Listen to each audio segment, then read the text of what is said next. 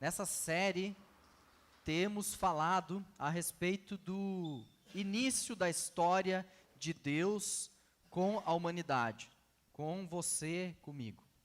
E temos falado aqui sobre os propósitos de Deus em criar o mundo, em criar você, em fazer história com pessoas que erram feio. O propósito de Deus para conosco na cidade, a maneira com que nós podemos e devemos viver aqui em Concórdia ou qualquer outra cidade, transformando-a. E nessa noite também os propósitos de Deus por meio de famílias. Famílias que vivem, às vezes, conforme a vontade de Deus, às vezes não.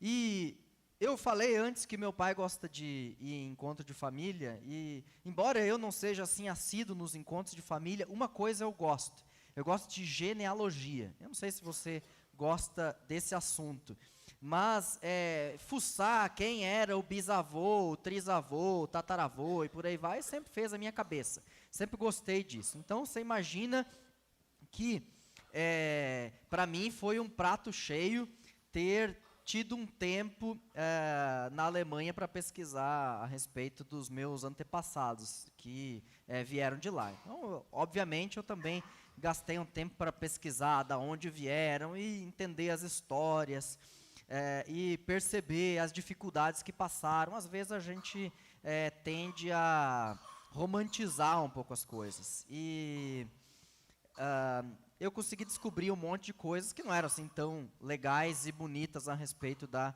história da minha família. E isso mostra que, às vezes, a gente tem aquela ideia de que antigamente tudo era melhor. Porque antigamente a gente tinha pouco em casa e era feliz. Mas, às vezes, é uma felicidade romantizada. Temos saudades de pessoas, de situações que nos marcaram positivamente. Mas, se olharmos, eu acho que você não trocaria os dias de hoje, o conforto da sua casa e tudo que você tem, por um tempo onde era tudo muito mais difícil, tudo muito mais precário, tudo muito mais simples do que é hoje. Eu creio que no frigir dos ovos você faria a decisão de continuar vivendo nos tempos em que você vive hoje. Mas a gente sempre tem esse saudosismo. Como era bom naqueles tempos. Eu mesmo fiquei pensando uma vez, como será que era legal nos tempos dos meus antepassados? O que será que eles deixaram para trás lá na Alemanha? E você visita lugares e pensa, eu fui numa cidadezinha, estava passando de viagem e parei na cidadezinha onde o meu antepassado nasceu, cresceu, casou, teve filhos e de lá ele partiu para o Brasil. E aí eu pensei, puxa, que bacana. Aí eu olhei aquela cidade, só que aquela cidade foi assolada por 2 secas. Mas são secas de neve, na verdade, são secas de gelo. Foram um inverno que durou mais ou menos 4 anos. Um inverno de 4 anos. Pensa, o verão dava uma aliviada, mas já logo vinha o frio de novo. Eles não colheram nada. Os animais morreram. E eles não tinham para onde ir. O governo proibia eles de vender as terras e imigrar. Eles não podiam sair dali. Você precisava de autorização do governo para imigrar. O que é que eles fizeram?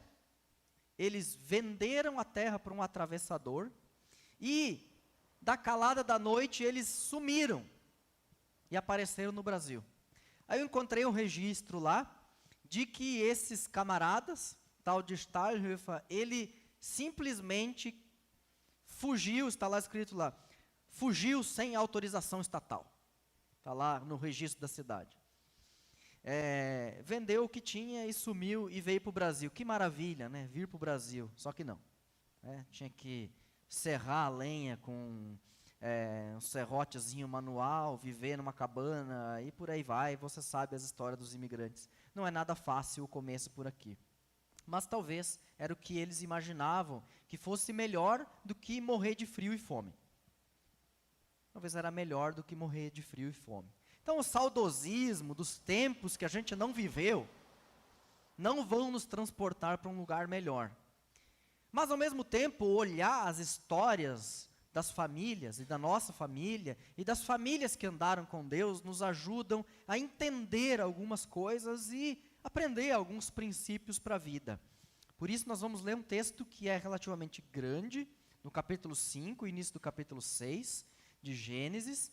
E esses capítulos são os capítulos, como eu já disse semana passada, que a gente geralmente pula na leitura, porque é fulano que teve o Beltrano, que é pai do ciclano e neto do outro fulano, e por aí vai, e você se cansa daquele texto, não entende nada, um monte de nome difícil, você pula. Mas hoje nós não vamos pular, tá? A gente vai ler esse texto, porque ele tem alguns princípios muito interessantes para a nossa caminhada de fé. Então, Gênesis capítulo 5, nós vamos ler o capítulo todo até o capítulo 6, início dele, nós faremos a leitura. Você pode acompanhar na sua Bíblia, nós temos também projetado aqui na tela. Este é o livro da genealogia de Adão. No dia em que Deus criou o ser humano, à semelhança de Deus o fez. Deus os criou, homem e mulher, os abençoou e lhes deu o nome de ser humano no dia em que foram criados. Adão viveu 130 anos e gerou um filho à sua semelhança, conforme a sua imagem, e lhe deu o nome de Sete. Depois que gerou esse filho, Adão viveu 800 anos e teve filhos e filhas. Todos os dias da vida de Adão foram 930 anos e morreu. Sete viveu 105 anos e gerou Enos. Depois que gerou Enos, Sete viveu 807 anos e teve filhos e filhas. Todos os dias de Sete foram 912 anos e morreu. Enos viveu 90 anos e gerou Cainã. Depois que gerou Cainã, Enos viveu 815 anos e teve filhos e filhas. Todos os dias de Enos foram 905 anos e morreu. Cainã viveu 70 anos e gerou Maalael. Depois que gerou Maalalel, Cainã viveu 840 anos e teve filhos e filhas. Todos os dias de Cainã foram 910 anos e morreu.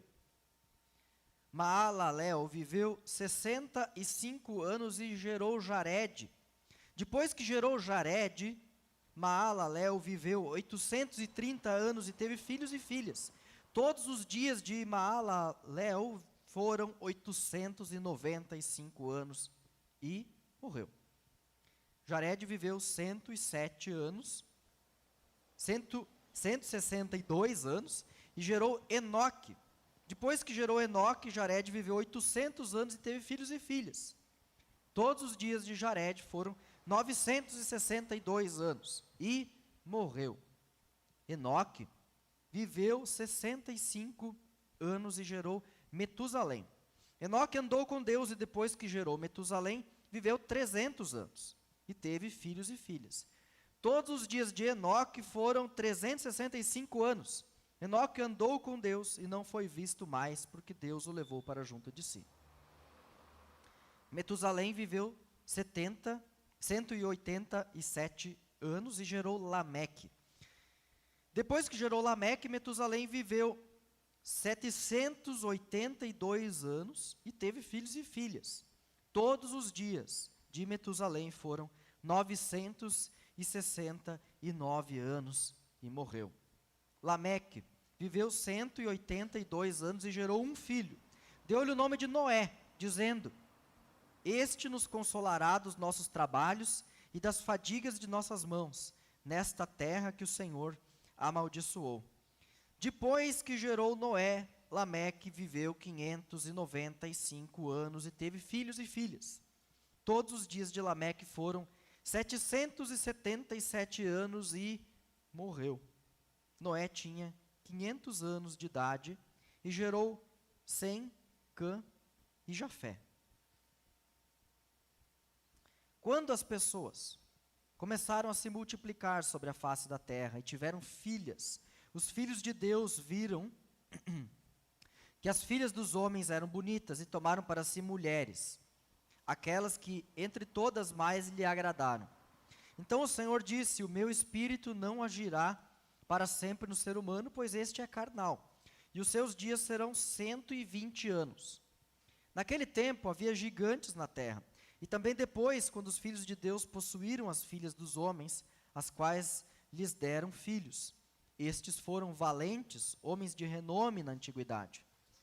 O Senhor viu que a maldade das pessoas havia se multiplicado na terra, e que todo o desígnio do coração delas era continuamente mau. Então o Senhor ficou triste por haver feito o ser humano na terra, e isso lhe pesou no coração. O Senhor disse: farei desaparecer da face da terra o ser humano que criei. Destruirei não apenas as pessoas, mas também os animais, os seres que rastejam e as aves dos céus, porque estou triste por havê-los feito. Porém Noé encontrou favor aos olhos do Senhor. O texto é longo e os nomes se repetem muitas vezes, e a estrutura se repete muitas vezes, um monte de números, e às vezes a gente fica com dificuldade de se concentrar. Então, para isso eu resumi na tabela a seguir. O azul clarinho e as idades mais à esquerda são a idade em que eles tiveram filhos, o primeiro filho. Tá? Então, Adão com 130, o Sete com 105 e por aí vai. E depois, a idade que alcançaram quando da sua morte. Então, temos lá, o campeão é o Matusalém, com 969 anos. Ele alcançou mais. Mas, talvez você vai dizer, é um dado irrelevante, aí, um dado que não tem muita razão de ser. Mas, observe o seguinte. Adão começa com 930 anos, e nós temos uma escadinha descendente. Nós temos uma diminuição da idade, da idade alcançada por estes primeiros, até Maalael, de 930 para 895. Você vai dizer, o cara viveu quase 1000 anos, você está dizendo que um outro ali viveu uns 35 a menos, isso faz diferença? Pode não fazer diferença, 35 em 1000. Mas, observe que há uma diminuição nessa idade. De repente, você tem Jared, que estoura com 962, e você tem o Matusalém, que estoura com 969. Mas lá no meio tem um negócio estranho, o Enoque, com 365. Mas sobre o Enoque tem algo diferente ali. Isso nós vamos observar depois. O que é que acontece com Enoque, porque o texto diz que ele andava com Deus. E já não foi visto mais porque Deus o levou para junto de si. Eu poderia dizer, eu também digo que quando alguém morre é levado para junto de Deus. Mas eu acho que não é esse o sentido da coisa. Depois vamos observar isso. E a história conclui com Noé tendo filhos com 500 anos. É bastante tempo para esperar, né? Se você está esperando bastante tempo, está reclamando, pensa Noé que esperou 500 anos para ter filho. É realmente bastante tempo para você esperar. E, é claro, você vai perguntar para mim, poxa, mas é muito tempo que eles viviam naquela época. Como é que pode isso e que a gente depois não vive mais isso? Então, essa observação também é importante, segura essa pergunta que a gente também vai tratar ela daqui a pouco. O texto nos diz, logo no começo, no capítulo 5, que Deus havia criado Adão, Eva também, a sua imagem e semelhança. Especificamente aqui, ele diz, a semelhança de Deus o fez, no final do versículo 1. E Deus os abençoou e disse que eles seriam ser humano. Eles seriam gênero humano. Deus cria a cada um de nós a sua imagem e semelhança. Já tratamos disso, em resumo, significa somos representantes de Deus na terra, responsáveis não só pelas nossas atitudes, mas pelo cuidado com tudo aquilo que Deus nos fez. Deus fez para nós. Ou seja, Deus nos coloca aqui como seus representantes, para que a gente tome conta do jardim que Ele criou para nós, para que sejamos cooperadores de Deus e auxiliares dEle na tarefa de cultivar a terra que Ele nos deu. Bom, sabemos que com o pecado, algo acontece de muito diferente. Sabemos que com a desobediência de Adão e Eva, o ser humano se afasta do propósito de Deus e deixa a obediência de Deus e passa a viver agora fora do jardim que Deus havia feito e precisa trabalhar a duras penas no solo para conquistar o seu sustento. Vemos também que o ser humano precisa morrer. Agora, ele não tem mais acesso à eternidade. E ele está fadado a morrer. Você vai dizer, mas depois de 935 anos eu também ia querer morrer. Pode ser que depois de viver um longo tempo sobre a terra, você quisesse um descanso eterno. Mas o fato é que ele agora, o ser humano, não tinha mais possibilidade de alcançar a eternidade junto com Deus. A sua vida teria um fim. E o texto nos diz a respeito de Sete, que é o filho de Adão, que Adão e Eva então louvam como Deus nos concedeu um filho no lugar daquele que Caim tirou. No caso de Abel, que foi morto por Caim, e agora Deus lhes concede Sete. E o Sete é dito que ele foi feito à imagem do seu pai. Adão viveu 130 anos e gerou um filho à sua semelhança, conforme a sua imagem, e lhe deu o nome de Sete. Observa, a frase é muito semelhante àquela da criação de Adão por Deus. Deus cria o ser humano, homem e mulher, os cria à sua imagem, à sua semelhança, ele os cria. E aqui é dito que Adão gerou um filho à sua semelhança, conforme a sua imagem. Com quem você é parecido? Com quem você é parecido? Que traços você carrega? Que histórias você carrega? Que coisas que talvez você nem sabe, você tem carregado junto contigo? Que somos imagem e semelhança de Deus é indiscutível. O texto bíblico nos diz que a humanidade, e por isso o jogo de palavras Adam, em hebraico, que pode ser o nome próprio, Adão, mas pode ser e é também a palavra humanidade. Adão significa humanidade. O jogo de palavras é proposital, para que a gente entenda que não só o Adão, primeiro homem, é imagem e semelhança de Deus, mas a humanidade enquanto gênero é imagem e semelhança de Deus. Isso não se perde com o pecado. Mas agora há uma nota importante, que Sete, o filho de Adão e Eva, ele é gerado à imagem e semelhança do seu pai. O que é que você carrega dos seus pais?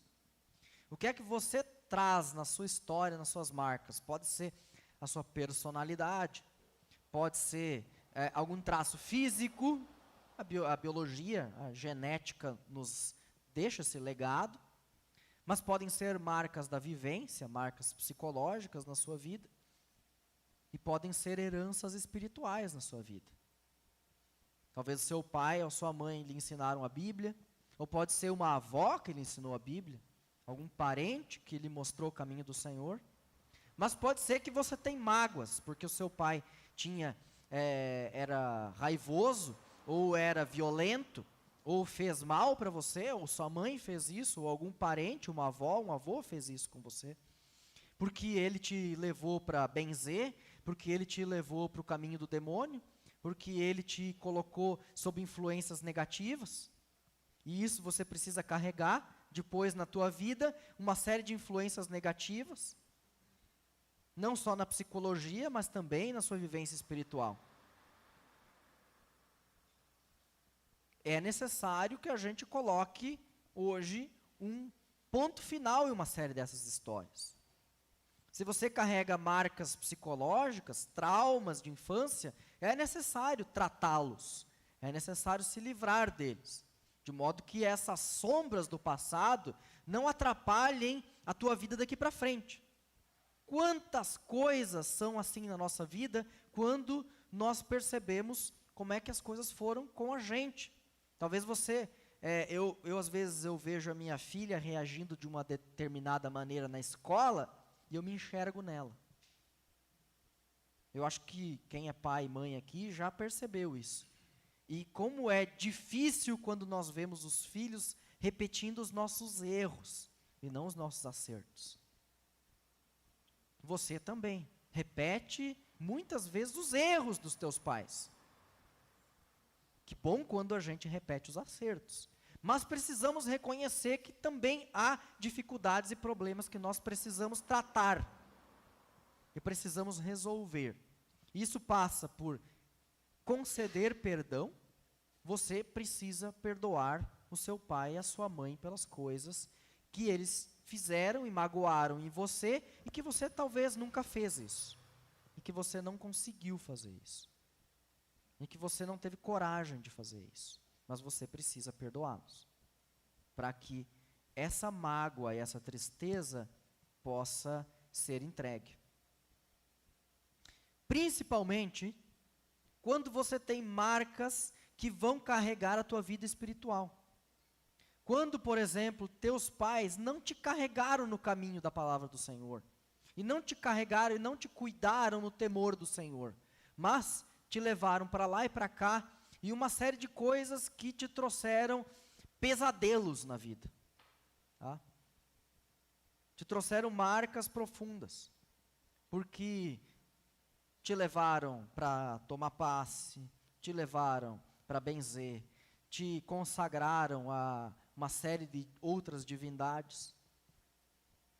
E a palavra de Deus deixa claro que a gente precisa quebrar esse ciclo.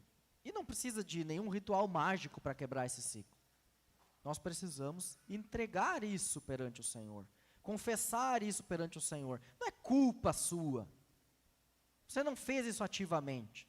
Mas você precisa entregar isso ao Senhor e dizer, olha, eu entendi que o Senhor Jesus morreu por mim, e o que Ele fez por mim é suficiente. E se de alguma maneira essas doutrinas que me afastam de Ti têm atrapalhado a minha vida, têm tirado o meu sono, têm acabado com o meu sossego, têm me desviado de Ti e não têm me permitido caminhar em obediência, então eu quero entregar isso. Para que esse ciclo termine. É como Jesus diz, aquele endemoniado, de onde saíram uma hoste enorme de espíritos imundos, e no final ele diz, agora você precisa caminhar em obediência, porque senão vem o demônio e encontra a casa limpa, arejada e varrida e entra de novo.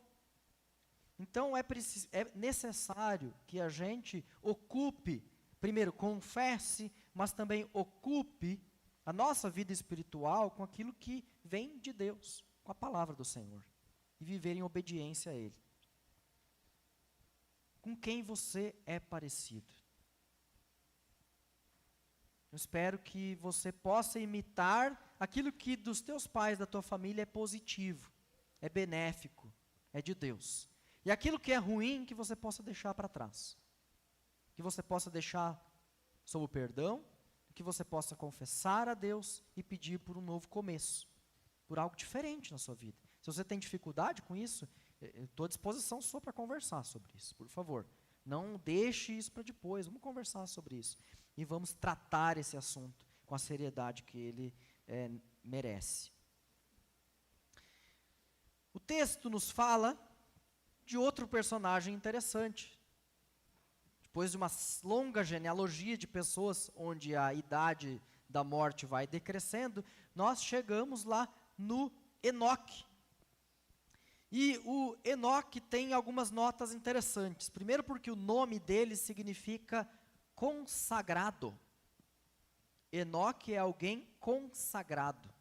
Olha que interessante. E no Antigo Testamento, os nomes não só têm um significado, e isso não é mística, tá? Era fundamental para o entendimento daquela época e desse povo que o nome mostrasse as características dessa pessoa. Ou seja, os pais do Enoque deram esse nome a ele porque queriam consagrá-lo a Deus. Observa de volta aqui no gráfico. Olha o Jared. Antes do Enoque, Enoque é o que viveu 365, o menor barrinha. O de cima é o Jared, viveu 962. Um dos indicativos de longevidade é a presença da graça de Deus na vida dessas pessoas. E o quanto eles viveram longe do pecado. Então percebemos o quê? O Jared viveu longe do pecado, viveu sob a graça de Deus. Embora o texto não diga, mas nós percebemos o indicativo quando lemos lá no capítulo 6, que Deus limita a idade a 120 anos por causa do pecado. Por causa da maldade, por causa da violência. Deus limita a idade. Percebemos a curva aqui. O Enoque, o consagrado, o Jared o consagra a Deus. E o Enoque vive só 365 anos. O que é que acontece com ele? Primeiro, Enoque é alguém que prefigura Noé. Prefigura aquele que espelha, mostra o que será Noé. Quem será o Noé? Ele nos apresenta algo diferente. Porque quando é dito que ele caminha com Deus, esse dado é fundamental. A palavra caminhar, existem duas palavras hebraicas para caminhar. Uma que significa literalmente só caminhar, na jornada, e esse verbo é bem frequente. Existe um outro verbo, caminhar, que significa trilhar junto, fazer uma peregrinação, e se dedicar e permanecer naquele caminho. Esse verbo é utilizado sempre quando é falado dos caminhos do Senhor. Sempre é utilizada essa palavra em hebraico, e é a que aparece aqui. É a que fala dos caminhos do Senhor, é a mesma palavra que é utilizada para dizer que Enoque andava com Deus. Agora, mais uma diferença. A língua hebraica tem algumas particularidades, e existe uma forma verbal que intensifica o sentido da palavra, e ela é usada aqui. Ela intensifica o caminhar. Ele não só caminhava, ele praticamente vivia o caminho de Deus. Vivia este caminho de Deus. Mas o verbo, na frase onde ele está, é dito então, ele caminhava intensamente, ele peregrinava, ele vivia este caminho com Deus. Com Deus. Aqui tem uma diferença fundamental. Sobre Noé, é dito que Noé seguia Deus. O povo de Deus seguia Deus. Seguia é caminhar depois. Alguém caminha na frente, é Deus. Deus caminha na frente, alguém segue, vai atrás, caminha após. O Abraão, é dito que ele anda perante Deus. Deus está lá em cima e ele caminha sob a luz do Senhor, perante Deus. Deus está lá e serve de luz para o caminho dele. Abraão caminha perante Deus. Mas Enoque caminha com Deus. Deus está no caminho junto com ele. Isso me lembra Jesus no caminho de Emaús. Quando 2 discípulos estão indo para Emaús, uma cidadezinha ali na região de Jerusalém, e de repente um desconhecido encosta neles e começa a perguntar: por que vocês estão tristes? E eles: você não sabe que mundo você vive? Jesus morreu. A gente esperava que ele transformasse tudo, a gente esperava que ele trouxesse o reino a Israel agora, e que tomasse o controle das coisas, e que chutasse os romanos daqui, e estabelecesse um reino de glória, de paz e de justiça na terra. E eles mataram Jesus. E Jesus segue caminhando com eles, e conversando com eles, falando a respeito do que a Escritura diz a respeito de como e de quem o Messias devia ser, e era. E os olhos deles foram abertos enquanto eles caminhavam com o Senhor. Enquanto eles caminhavam com o Senhor ao lado, os olhos foram abertos. Chegando em Emaús, eles sentam para comer. E quando Jesus parte o pão, os olhos são abertos. Porque o sinal, o partir do pão, era um sinal muito comum de Jesus. Uma ação que Jesus repetia muitas vezes com os discípulos. E quando Jesus parte o pão com eles, eles acordam e percebem, era o Senhor. Só que aí Jesus se escafede, some, desaparece. Era o Senhor. Caminhar com o Senhor é assim. Ele vai abrindo os teus olhos, Ele vai transformando a tua vida, Ele vai tornando clara as coisas que estão obscuras dentro do teu coração. E vai transformando a tua vida e tornando ela mais semelhante com a dele. A ponto de então você reconhecer que essas mudanças que acontecem em você não são mudanças que você promove, mas são mudanças que Deus faz em você, no teu coração, no teu caminho. Quem é o seu parceiro de caminhada? Com quem você tem andado? Quem tem mostrado o caminho? Quem tem dito, vamos para cá e não para lá? Quem dá a última palavra na sua vida? O Senhor Jesus tem caminhado ao teu lado? Junto contigo? Você tem se disposto a caminhar com Jesus? E a ser obediente à sua voz e à sua vontade?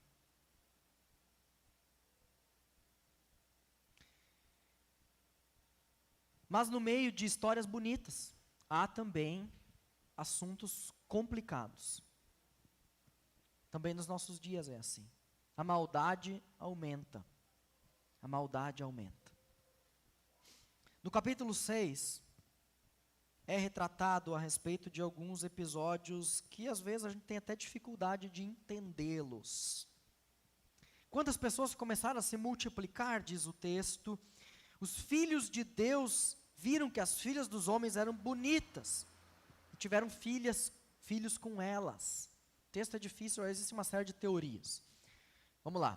Teoria de que os filhos de Deus seriam anjos que tomaram mulheres humanas e tiveram filhos com elas, e esses filhos eram então gigantes, pessoas poderosas. É uma possibilidade. Uma outra possibilidade seria interpretar os filhos de Deus como a descendência de Adão, via Sete, e as filhas dos homens como a descendência de Caim.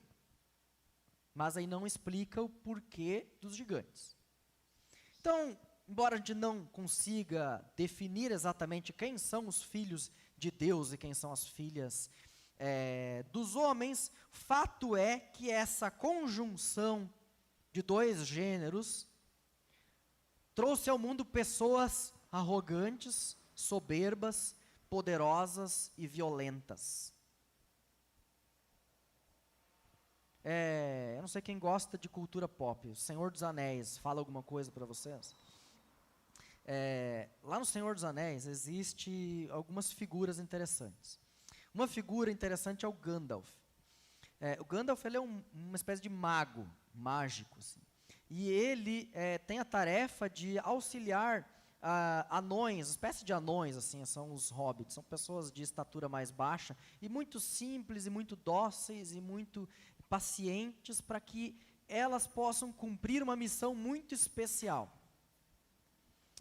E existe nessa história alguém que personifica todo o mal, toda a maldade e o que há de ruim naquele universo, construído, obviamente, pela imaginação do autor. E esse ser seria o Sauron, e ele faz um anel. O anel que ele faz concede poderes, de certa forma, mágicos. A pessoa desaparece, ela some, ela fica invisível. Mas, ao ter essa invisibilidade, ela pode fazer uma série de coisas fora do comum. Como controlar outras pessoas.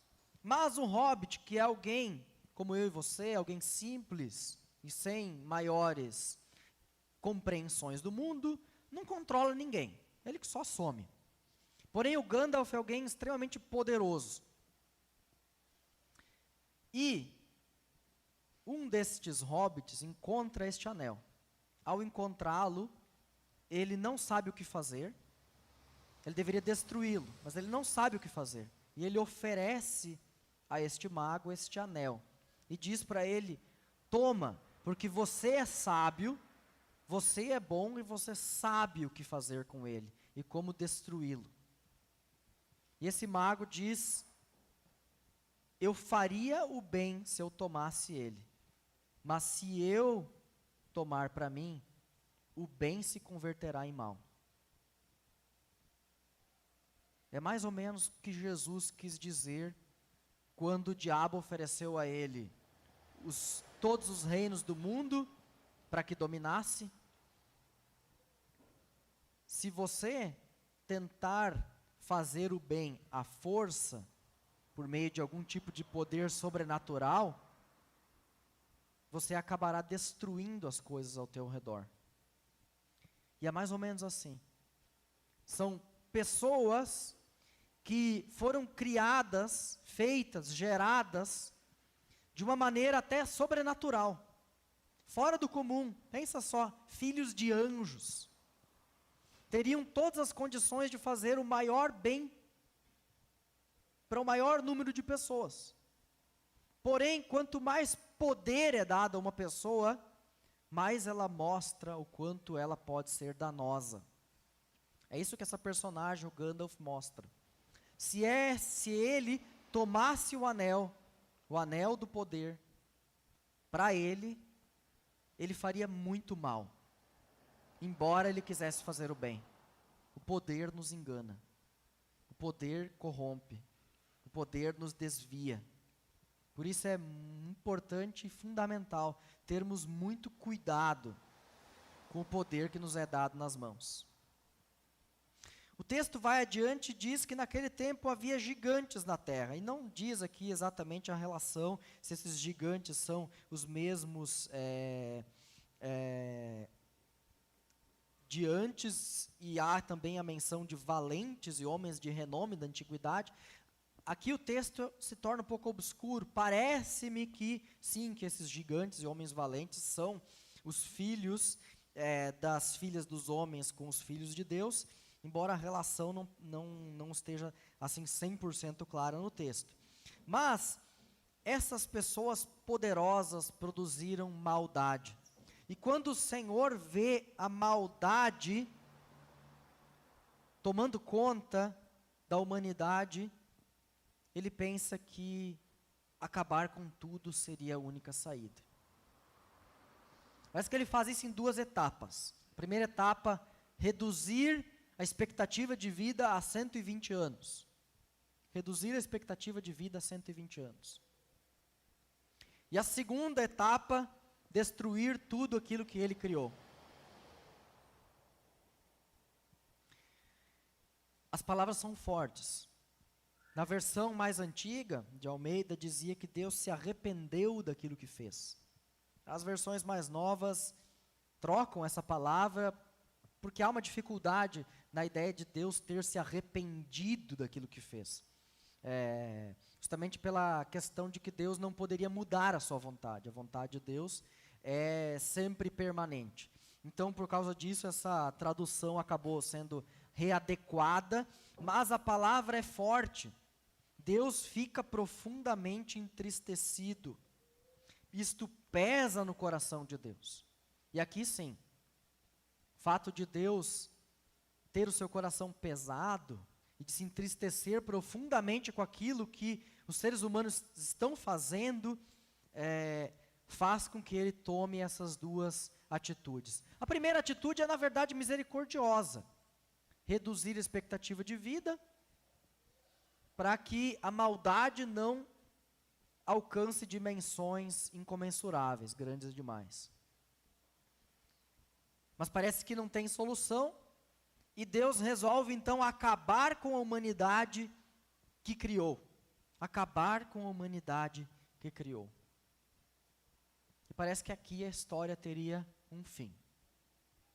Parece que aqui Deus colocaria um ponto final, e eu creio que Deus voltaria à sua eternidade e viver tranquilamente no seu laço de amor da Trindade com o Filho e com o Espírito para todo sempre, como sempre já havia sido.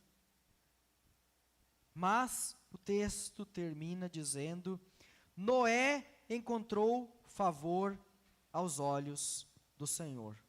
E eu não tinha falado de Noé ainda, embora ele tivesse aparecido no texto anterior. Como encontrar descanso? O nome de Noé significa descanso. Noé é aquele que os pais colocam o nome de você vai trazer descanso. Mas o descanso aqui não é um descanso no sentido de sábado e domingo, de férias.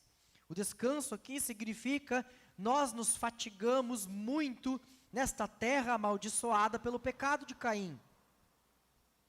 Amaldiçoado pelo pecado de Adão e Eva. Nós batalhamos e não alcançamos a bênção de Deus. Um dos nossos, o consagrado, foi para ter com o Senhor. E está com Deus, vivendo eternamente na glória. Mas nós estamos aqui. E Deus resolve destruir tudo, porque a maldade só aumenta. Então alguém vem ao mundo com a esperança, e é colocado nele a esperança do alívio do trabalho doloroso na terra amaldiçoada. E de encontrar um lugar e uma situação melhor para viver. Não é isso que você quer? No final das contas.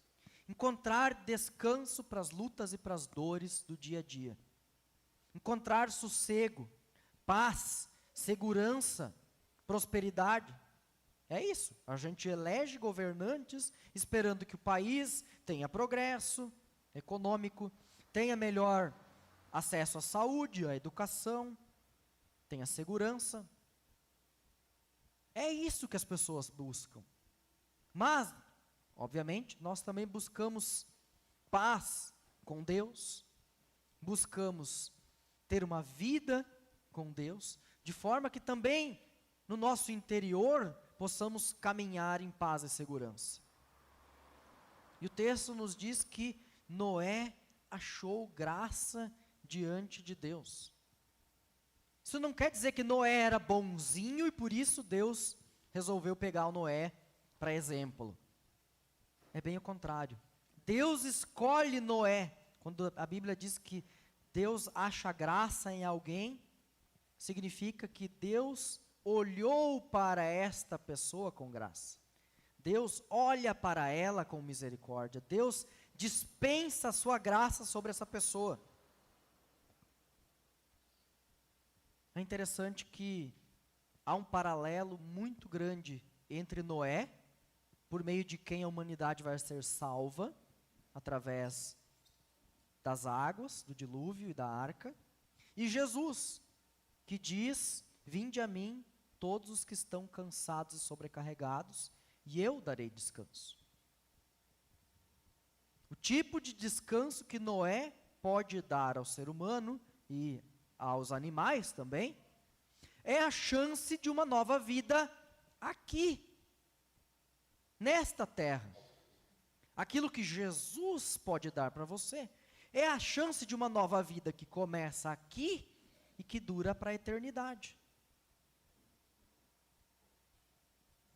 Enquanto Noé vem para dar alívio perante um mundo repleto de maldade e injustiça, Jesus vem a este mundo sofrendo a injustiça e a maldade dos seres humanos para nos conceder a justiça de Deus em nossos corações, no teu coração, para que você viva de maneira transformada aqui e promova justiça e bondade aqui, mas viva eternamente.